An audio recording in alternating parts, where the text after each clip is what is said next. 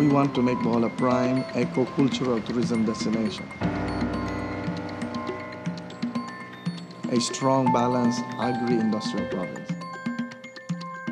A province with strong programs in healthcare and education. And above all, God-fearing citizens would always love to protect our own environment. We have a long story of partnership with the United States Agency for International Development. And I was then Vice Governor of the province of Bohol when the GOLD program was introduced to the province, supported by the USAID. From which the provincial government benefited a lot, especially in terms of permanent institutions and changes and paradigm shifts in local governance. Before, we did not know where to position ourselves as a province so that we can attract national attention, so that we become a major contributor to national and regional growth and development. So we did our own SWOT analysis and assessing the strengths of the province, the weaknesses of the province, the threats, and the opportunities available. Local governance could be participatory, it could be consultative, it could take its development directions from the grassroots up. And that was essentially a basic truth, a basic principle that changed the way the provincial government of Bohol did things. With the USAID program and governance in local democracy, our projects on environment came into the picture, our programs for organizational development and strengthening of our capacity as an LGU came into the picture.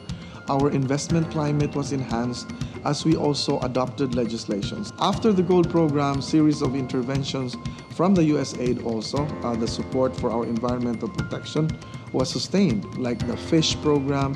EcoFish project has just started last year, 2012, and then it is a 5-year project. The objective of the project is to address the intertwined problems and issues in the coastal areas. Marami silang naibigay na halimbawa sa training regarding enforcement, saka yung sa ecosystems na pagprotekta namin sa aming karagatan. The sustainable part of the FISH project was also introduced in a critical area where practices of illegal fishing was prevalent, and there was a need to consolidate again mass support so that sustainability in our coastal resource management can be implemented. The EcoGov is a USAID-funded project which helps the LGUs in formulating their forest land use plans, the 10-year plan for the solid waste management program, as well as the protection of the marine protected area networking. The EcoGov helped us to develop the first clustering approach of municipalities that will be serviced by one controlled sanitary landfill project. So we are about to finish the landfill project and its infrastructure, but the mechanisms of participation among the LGUs is very, very much in focus in this particular joint effort. It is transforming the people, empowering the people. It is one of the, I would call it legacy for the USAID that has been given to the people. All these interventions with the support of EcoGov are part of the partnerships with the USAID.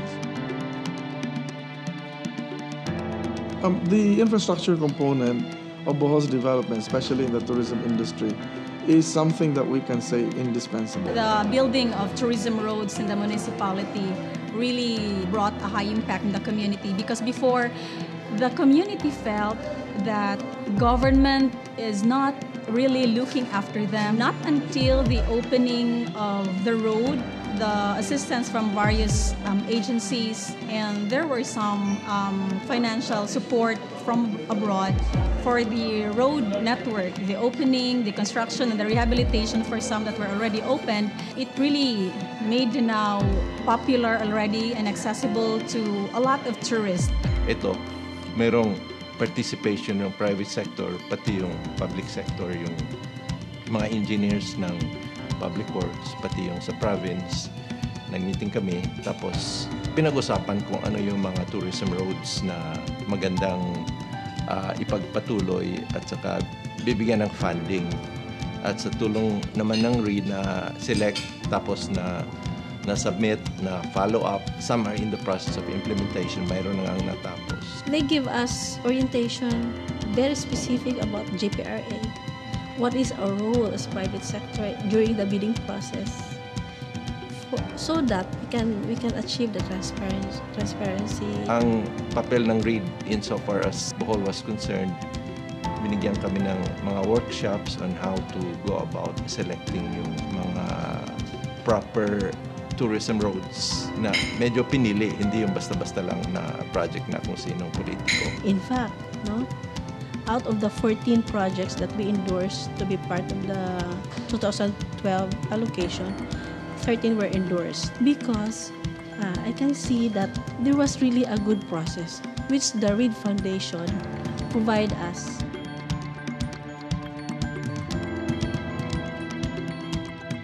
We said we are strong in natural assets, we are strong in our heritage conservation, and we are strong in the area of natural resource and human resource. So we said we want to make Bohol a prime eco-cultural tourism destination.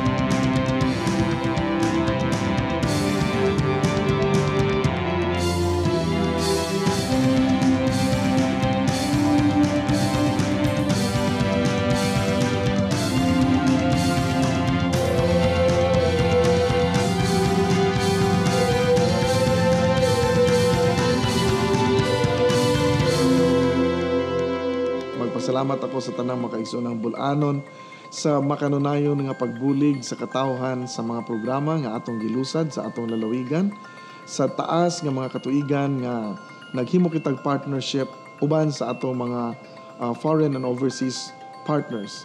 Labi na ang United States Agency for International Development. We thank the people of the United States of America who has always been supporting the USAID program. We hope that the program supported by the U.S. Congress and the people of the United States for countries like the Philippines will be sustained through time.